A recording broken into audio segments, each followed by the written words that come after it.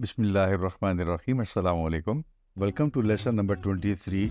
आज का हमारा सब्जेक्ट है preprocessor directives and macros. देखते हैं कि आज हमारे एजेंडे में क्या चीज़ें शामिल हैं। तो सबसे पहले हम बात करेंगे कि प्री प्रोसेसर डायरेक्टिव जो हैं क्या चीज़ है basically in the context of C या सी प्लस प्लस लैंग्वेज।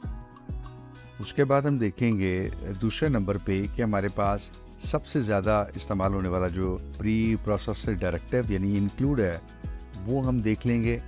और उसके बाद फिर कुछ और प्री प्रोसेसर डायरेक्टिव्स हैं उनको हम ज़रा एक नज़र लगा लेंगे।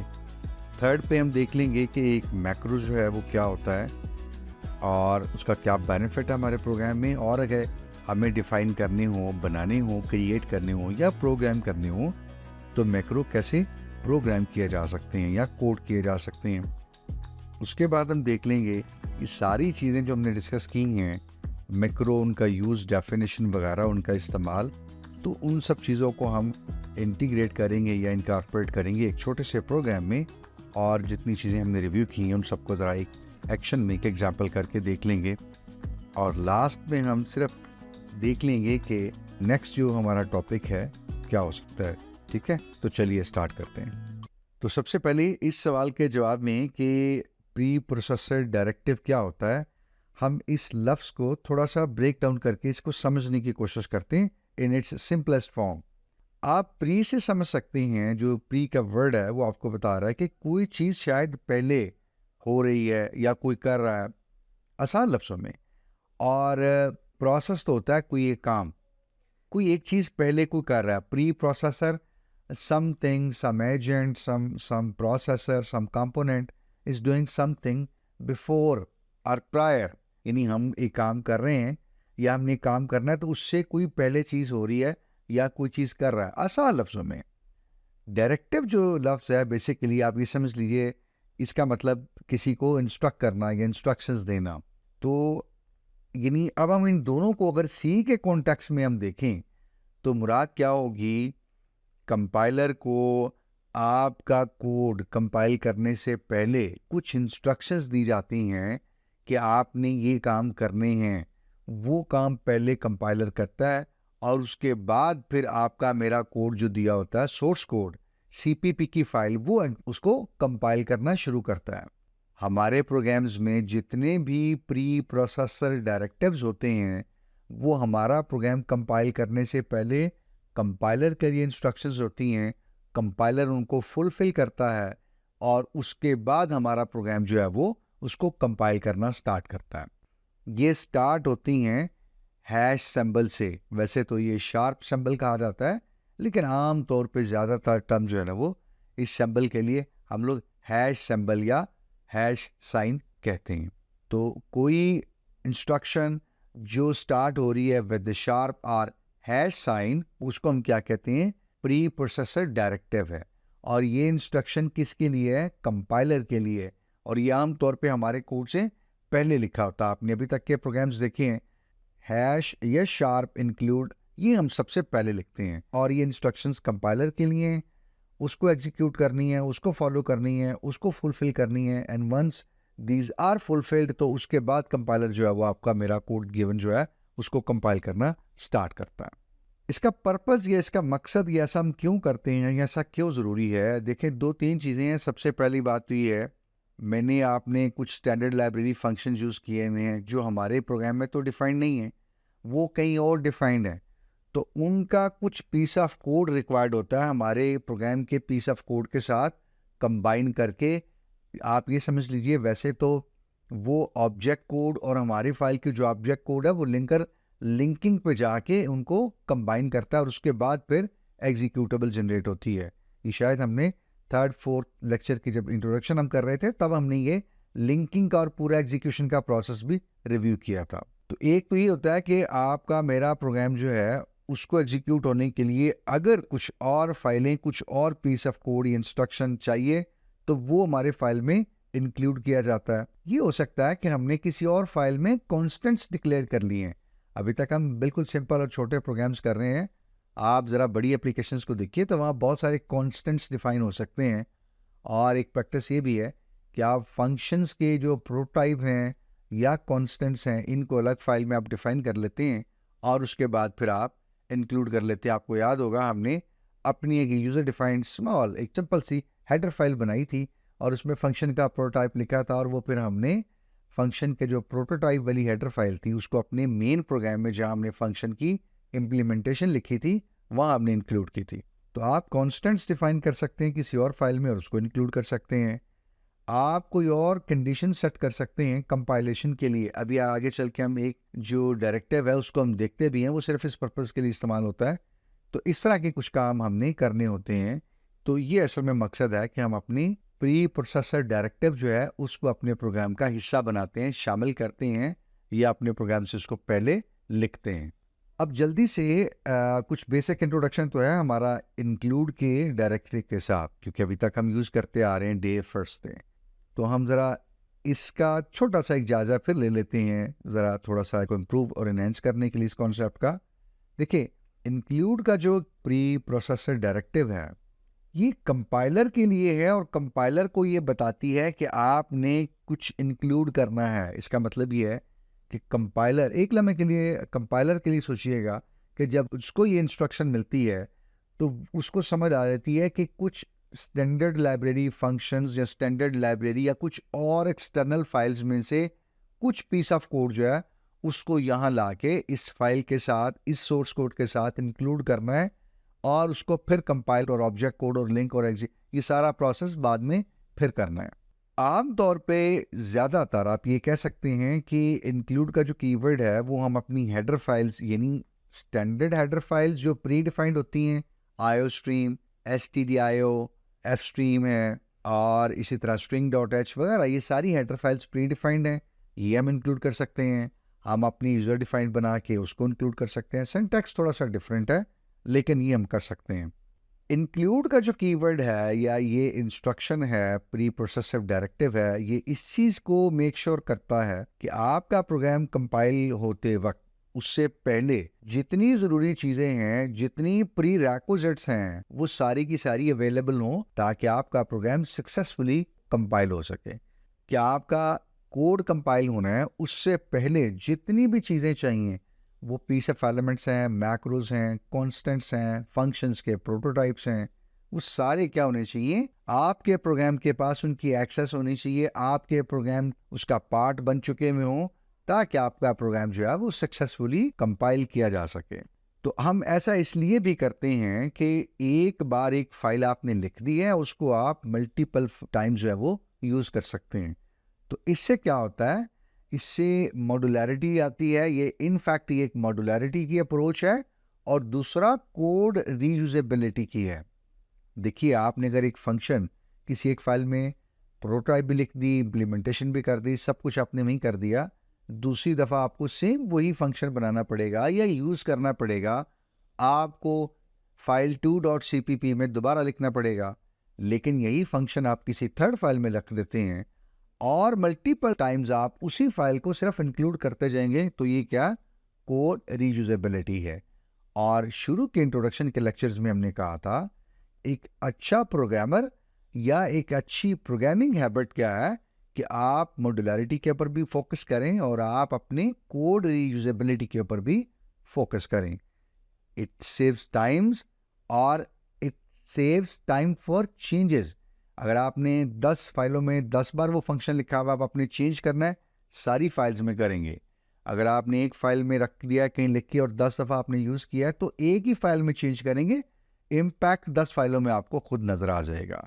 तो मॉड्युलैरिटी, रीयूजेबिलिटी, ये दो चीज़ें एटलीस्ट आपने ज़हन में रखनी है कि ये यहाँ से हमें मिल रही हैं, एक ही जगह हम लिख रहे हैं, एक ही दफ़ा लिख रहे हैं, मल्टीपल फाइल्स में हम उनको इंक्लूड करते जा रहे हैं।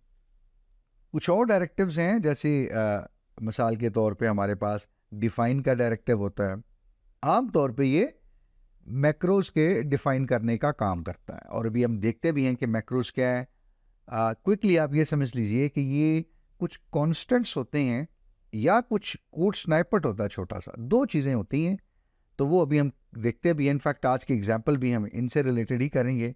तो डिफाइन ये काम करता है, यानी आपका जो डिफाइन का प्री प्रोसेसर डायरेक्टिव है वो आपके लिए कोई मैक्रो डिफाइन कर देता है, यानी कोई एक कांस्टेंट वैल्यू डिफाइन कर देता है, जिसे आपने शायद पढ़ा हो, पाई हमने डिक्लेयर किया था। तो आज उसी तरह का एक अल्टरनेट ये मैक्रो है, ये हम देखते हैं। तो आप कोई कोड स्नैपेट भी डाल सकते हैं अपने मैक्रो के अंदर। इसके अलावा अनडिफाइंड का डायरेक्टिव है, यानी आपने कुछ चीज़ डिफाइन की है, अब आप उसको अनडिफाइंड करना चाहते हैं अपने प्रोग्राम में, या उसको दोबारा डिफाइन करना चाहते हैं, वो पहले से डिफाइन है, तो आप पहले उसको अनडिफाइन कीजिए और उसके बाद फिर उसको डिफाइन के डायरेक्टिव से दोबारा डिफाइन कर लीजिए। इफ डिफाइन है, बहुत ज़्यादा यूज होता है। ये चेक करता है कि क्या कोई एक मैक्रो आपने डिफाइन किया हुआ अपने प्रोग्राम में, यानी आप मैक्रो डिफाइन करने लगे हैं लेकिन आप उससे पहले चेक करना चाहते हैं, तो आप लिखते हैं इफ डेफ, यानी इफ डिफाइंड। तो अगर तो ये मैक्रो आपका मिलता है, डिफाइंड हो जाता है, यानी आपने प्रोग्राम में डिफाइन किया हुआ इस मैक्रो को, तो इफ डिफाइन के बाद जो भी आपने कुछ स्टेटमेंट्स लिखी हुई हैं वो एग्जीक्यूट हो जाती हैं, वरना क्या होती हैं, वो इग्नोर हो जाती हैं। और आम तौर पे इफ डेफ को, यानी इफ डिफाइन को, कंडीशनल कंपाइलेशन भी कहा जाता है। कंपाइलेशन टाइम पे कंपाइलर के लिए कुछ सर्टेन कंडीशंस हैं जो उसने चेक करनी है, तो इसलिए इसको कंडीशनल कंपाइलेशन भी कहा जाता है। यानी कुछ कंडीशन चेक होंगी, अगर वो ट्रू हैं तो कुछ चीज़ें प्रोग्राम का पार्ट बनेगी कंपाइल होते हुए, और अगर वो नहीं हैं, वो फॉल्स हैं कंडीशंस, या वो डेफिनेशन नहीं है, तो शायद वो प्रोग्राम का पार्ट नहीं बन रही होंगी कंपाइल टाइप के ऊपर। तो इसलिए इनको कहा जाता है कंडीशनल कंपाइलेशन। तो if def is a conditional compilation, या considered as a conditional compilation. इसी तरह आपके पास इफ नॉट डिफाइन है, तो इफ नॉट डेफ जो है ये बिल्कुल उसके पोलर अपोजिट है। ये आप देख सकते हैं, परसीव कर सकते हैं कि ये कुछ इस तरह के और प्री प्रोसेसिव डायरेक्टिव्स हैं, जैसे इफ का, एल्स का, एल्स इफ का, एंड इफ का, एरर का, लाइन वगैरह का। तो ये आप अपनी दिलचस्पी के लिए कुछ दो चार ज़रूर एक्सप्लोर कीजिएगा, और सिंटैक्स तकरीबन सिमिलर ही है। आप अगर एक आध कर सकते हैं तो बाकी को भी आप एक्सपेरिमेंट कीजिएगा, ज़रूर कीजिएगा। तो अब हम देखते हैं कि एक मैक्रो क्या होता है। जैसे अभी हमने कहा कि मैक्रो जो है वो दो चीज़ें हो सकती हैं, या तो कोई एक कांस्टेंट डिफाइन हो सकता है, यानी उसका सिंबॉलिक कांस्टेंट से मुराद ये है कि will give it a name like pi, और इसी तरह से कोई भी और यूनिवर्सल कांस्टेंट है आपके पास मैथमेटिक्स में, फिजिक्स में, या किसी भी और फील्ड में, ठीक है ना। थिंक अबाउट स्मॉल जी, ठीक है, the acceleration of gravity, something like this, if I remember it's value is 9.8, तो आप उसको डिफाइन कर सकते हैं। तो ये सिंबल्स हैं उनके, पाई है, और अभी हमने कहा स्मॉल जी है, एट्सेट्रा। तो ये सिंबल्स हैं। तो अब आप एक वैल्यू डिफाइन करते हैं, पाई 3.14, तो इसको हम कहेंगे सिंबॉलिक कांस्टेंट। इसी तरह आप मैक्रो में कांस्टेंट के अलावा कोई एक कोड स्नैपेट भी डाल सकते हैं। अभी हम इसका एक एग्जांपल भी करके देखते हैं।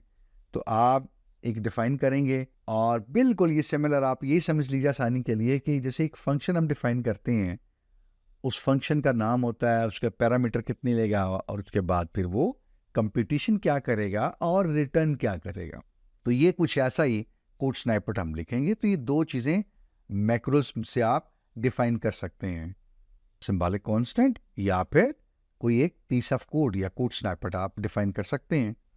दो तरह के मैक्रोज हैं, एक सिंबॉलिक कांस्टेंट है जिसको हम डिफाइन करते हैं शार्प साइन या हैश साइन आप कह लीजिए, उसके बाद डिफाइन का कीवर्ड लिखेंगे, और उसके बाद फिर पाई, यानी कोई एक लेबल या नाम जो आप देना चाहें, आप कैपिटल भी दे सकते हैं, टाइटल केस भी दे सकते हैं। सो पी आई, एंड देन एक स्पेस और है, और उसके बाद 3.14 है। एक चीज़ जो और आपने याद रखनी है, ज़्यादातर जो सी की स्टेटमेंट्स हैं वो ऑलमोस्ट 90% से ज़्यादा they are terminated with semicolon, but इस केस में अपने सेमीकोलन ऐड नहीं करना। दूसरी हमने कहा कोड स्नैपेट हो सकता है, तो अभी हम उसकी एक एग्जांपल देख रहे हैं कि डिफाइन हमने किया क्या, कैलकुलेट स्क्वायर। तो कैलकुलेट स्क्वायर हमने ये क्या लिया, एक लेबल दिया कोड स्नैपेट, इसके बाद हमने लिख दिया है it looks like a function, कि आपने एक पैरामीटर दिया हुआ फंक्शन को, पहली जो ब्रैकेट में या पैरेंथेसिस में आप एक्स देख रहे हैं, और उसके बाद स्पेस दे के आप क्या लिख रहे हैं, एक्स स्टैटिक एक्स, मतलब कंप्यूट और रिटर्न क्या करेंगे, जो भी आपको पैरामीटर पास हुआ है उसको सिंपली आप मल्टीप्लाई कर रहे हैं। जब भी पूरे प्रोग्राम में ये कहीं यूज होंगे, पाई यूज होगा तो वहाँ पे ये वैल्यू 3.1 सब्स्टिट्यूट हो जाएगी। कैलकुलेट स्क्वायर अगर अपने हमारे प्रोग्राम में यूज होगा तो वहाँ पे जो पैरामीटर दिया जाएगा उस पैरामीटर के साथ ट्रीटमेंट क्या होगा, that parameter multiply by the parameter itself, क्योंकि हमने ये डिफाइन किया है। तो ये हो गया हमारा मैक्रो। अभी हम देख लेते हैं कि दरअसल फ़ायदा क्या है हमें या इसका इस्तेमाल क्या है, हम ऐसा कर तो लें। तो उसमें सबसे पहले क्या हमने भी कहा भी था कि जब हम कुछ डिफाइन करते हैं तो हमारे लिए ये एक तरह से आप कह सकते हैं कि हम कुछ कंडीशन सेट कर रहे हैं अपने प्रोग्राम के कंपाइल होने के लिए। यानी प्रोग्राम में क्या चीज़ इंक्लूड होनी है, क्या चीज़ इंक्लूड नहीं होनी, इसकी डिसीजन भी कंपाइल टाइप के ऊपर अगर आपने करनी है तो फिर इसको कहते हैं कंडीशनल कंपाइलेशन। और वो हम क्या कर सकते हैं, बेस्ड ऑन सर्टेन कंडीशन हम सेट कर सकते हैं through our preprocessor directive या डिफाइन से। और एक सिंपल इसकी एग्जांपल आप ये समझ लीजिए कि अगर आपने कुछ काम करना है जो प्लेटफॉर्म स्पेसिफिक है, तो आप अपने मैक्रोज में ये डिफाइन कर सकते हैं कि जब जब कंपाइल हो कोड तो उसके बाद ये कंडीशंस हैं इसके हिसाब से कंपाइल हो, and then you can generate platform specific code. ये इसकी एक सिंपल एग्जांपल आप अपनी जेन में रख सकते हैं। दूसरा, हमने कहा कि हम कोड रीयूजेबिलिटी को इम्प्लीमेंट कर सकते हैं, उससे फ़ायदा उठा सकते हैं, उसको इस्तेमाल कर सकते हैं अगर हमने फाइन कर दिया है किसी एक जगह पे, और उसके बाद फिर हम उनको बार बार यूज़ कर सकते हैं अपने प्रोग्राम में जहाँ हमें चाहिए हो। यानी आप ये समझ सकते हैं कि एक बड़ी फाइल है, उसके अंदर हमने काफ़ी सारे मैक्रोज डाल दिए हैं, डिफाइन कर दिए हैं, अब उस फाइल को हम इस्तेमाल करते जा रहे हैं, तो ये आपको बार बार वो चीज़ डिफाइन करने की ज़रूरत नहीं है। तो ये कोड रीयूजेबिलिटी है। और कोड स्नाइपेट में अगर आपने देखा हो तो हम एक फंक्शन का ही काम कर रहे हैं। जैसे आपको याद हो हमने कैलकुलेट स्क्वायर का फंक्शन लिखा था, तो ये काम तो वही हो रहा है, लेकिन क्या हो रहा है आप अगर ध्यान से देखें तो यहाँ पे फंक्शन कॉल नहीं हो रही, फंक्शन कॉल का ओवरहेड यहाँ से निकल जाता है। जैसे ही आपने वो नाम लिखा कैलकुलेट स्क्वायर, वहाँ पे आप ये समझ लीजिए कोड या वो इंस्ट्रक्शन जो हैं जो आपने लिखी हैं वो सब्स्टिट्यूट हुई और वहाँ से एग्जीक्यूशन होगी। तो आपका जो प्रोग्राम है वो हमारे छोटे प्रोग्राम्स के हद तक तो शायद इतना इफेक्ट आपको नज़र ना आए, बड़े जो प्रोग्राम्स हैं जो कॉम्प्लेक्स नेचर के हैं वहाँ पे परफॉर्मेंस जो है वो नोटिसेबल हो जाती है। तो ये कुछ 3 बुनियादी बेनिफिट्स हैं, मोटिवेशंस हैं कि हम मैक्रोस को क्यों यूज़ कर सकते हैं। अब हम इन सारी चीज़ों को इकट्ठा करने की कोशिश करते हैं और एक सिंपल प्रोग्राम कोड करते हैं। यूज़र से हम एक इनपुट लेंगे रेडियस की, कोई एक वो नंबर एंटर करेगा वो हम, उसके बाद हम यानी जिस सर्कल का रेडियस दिया है यूज़र ने, हम उस सर्कल का एरिया कैलकुलेट करेंगे। तो हम पाई को भी डिफाइन करेंगे अपने मैक्रो के थ्रू यानी डिफाइन के कीवर्ड के थ्रू, और हम अपने सर्कल का जो एरिया कैलकुलेट करेंगे ये कैलकुलेशन भी हम थ्रू मैक्रो करेंगे, राइट। चलिए अब चलते हैं कोड ब्लॉक के ऊपर और इसको डिफाइन और कोड और यूज़ करके देखते हैं। तो हम कोड ब्लॉक के ऊपर आ गए हैं और अपनी आईडी में अपने इन्वायरमेंट में सबसे पहला हम यहाँ काम ये करते हैं कि पाई को डिफाइन करते हैं। तो ये शार्प साइन हमने दिया, उसके बाद डिफाइन का हमने कीवर्ड लिखा, उसके बाद हमने लिखा पाई और फिर हम स्पेस दे देंगे 3.14 और उसके बाद मैंने कहा था सेमीकोलन आपने नहीं लिखना। उसके बाद ये हमारा क्या हो गया, सिंबॉलिक कांस्टेंट डिफाइन हो गया पाई, हमने मैक्रो डिफाइन कर लिया। उसके बाद अब यहाँ पे हमें वो कोड स्नैपेट भी डिफाइन करना है एज ए मैक्रो जो हमने अपने प्रोग्राम में यूज़ करना है और जो हमारे लिए क्या करेगा, सर्कल का एरिया कैलकुलेट करेगा। तो हम लिखते हैं जी डिफाइन और उसके बाद हम अपने उसका मैक्रो का लेबल देंगे उस कोड स्नैपेट को जो हमने आगे सब्स्टिट्यूट करना होगा। वो लेबल क्या हम यहाँ पे देते हैं, कैलकुलेट एरिया। तो पैरामीटर हम इसको क्या दे रहे होंगे, एक हमने रेडियस देना है इसको, तो मैं RAD ले लेता हूँ और ये क्या रिटर्न करेगा, हमने पाई ऊपर डिफाइन कर दिया, हम यूज़ कर सकते हैं पाई और multiply by radius, multiply by radius ही होता है पाई आर स्क्वायर। तो ये क्या हो गया, सर्कल का एरिया कैलकुलेट हो जाएगा यहाँ पे। अब अपने मेन फंक्शन में आ जाते हैं और यहाँ आके लिखते हैं फ्लोट रेडियस और इसको हम यूज़र से ले लेते हैं। तो हम कहते हैं जी cout please enter the radius of the circle, और जो रेडियस यूज़र एंटर करेगा वो हम रेडियस के वेरिएबल में यहाँ से ले लेते हैं और उसके बाद हमने प्रिंट करवाना। आप चाहें तो एक और वेरिएबल ले लें, वहाँ स्टोर करवा लें, उस वेरिएबल को प्रिंट कर लें। मैं यहाँ से डायरेक्टली कर रहा हूँ the area of the circle is, और मैं यहाँ क्या कर रहा हूँ, कैलकुलेट एरिया। ये ला मैंने मैक्रो कॉल किया है और आप देख रहे हैं कि वो ब्लू इंक में आपको आईडी से टूल टिप मिल रही है कि आपने रेडियस एंटर करना है, यानी एक पैरामीटर देना है जो आपने ऊपर ऑलरेडी यानी डिफाइन किया हुआ है, बताया हुआ कि एक पैरामीटर आएगा। ऑलरेडी तो चलो एक नेम है, एक सिंबल है, तो यहाँ हमने उसको रेडियस जो अपने लिया हुआ है यूज़र से वो हमने पास कर दिया। और तो होगा क्या, जब लाइन नंबर 11 पे आएंगे आप तो कैलकुलेट एरिया, इसकी जगह ये पाई आर स्क्वायर जो है ये सब्स्टिट्यूट होगा, और पाई की जगह क्या सब्स्टिट्यूट होगा लाइन नंबर 3 से 3.14, और रेडियस इनटू रेडियस आपने लिया हुआ है लाइन नंबर 9 पे यूज़र से। तो ये कंप्यूटेशन होगी क्विकली और यहीं से आपको रिजल्ट मिल जाएगा लाइन नंबर 11 पे। तो यहाँ वो फंक्शन कॉल होगा, वो फंक्शन की तरफ वैल्यू जाएगी, वैल्यू पास होगा। अगेन कॉल बाय वैल्यू है तो वैल्यू की कॉपी जाएगी, कॉल बाय रेफरेंस है तो एड्रेस जाएगा। ये काम यहाँ पे नहीं हो रहा, तो इसको करते हैं सेव और इसको करते हैं कंपाइल। हमारे पास माजरत यहाँ पे फ्लोट के स्पेलिंग में गड़बड़ आ गई गलती से और जल्दी से हमने किया। एनीवेज इसको करते हैं करेक्ट और करते हैं कंपाइल।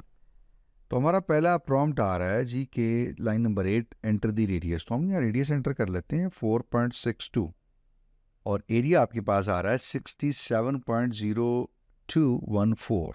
हम यहाँ पे कैलकुलेटर से इसको चेक भी कर लेते हैं। 3.14 multiply by 4.62 multiply by 4.62 that is 67.021416। हमारे पास 144 डेसिमल तक पर आंसर आया, but it's the same, is exactly correct.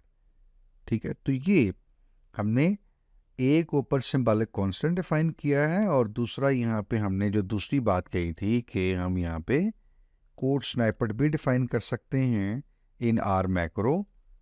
ठीक है, तो वो हमने यहाँ पे उसकी एग्जांपल यहाँ पे देख ली है।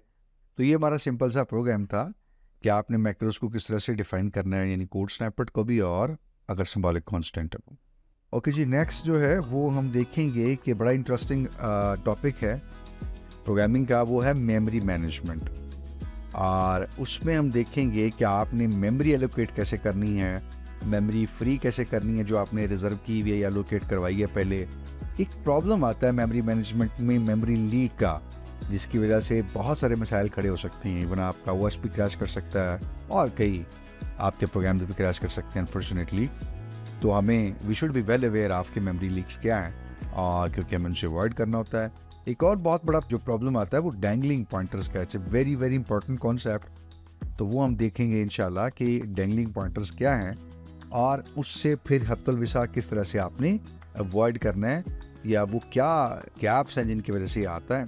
रीजंस कॉजेज हम देखेंगे और उसके बाद फिर देखेंगे how to get rid of या how to take preventive actions कि हम मेमोरी लीक्स और डैंगलिंग पॉइंटर से बिल्कुल बच रहे हों या उस सिचुएशन में हम ना जा रहे हों। ठीक है, it's a very very important and interesting topic. और जो हमारी नेक्स्ट वीडियो क्या है, वीडियो नंबर 24 का होपफुली इंशाल्लाह, तो स्टे ट्यून्ड।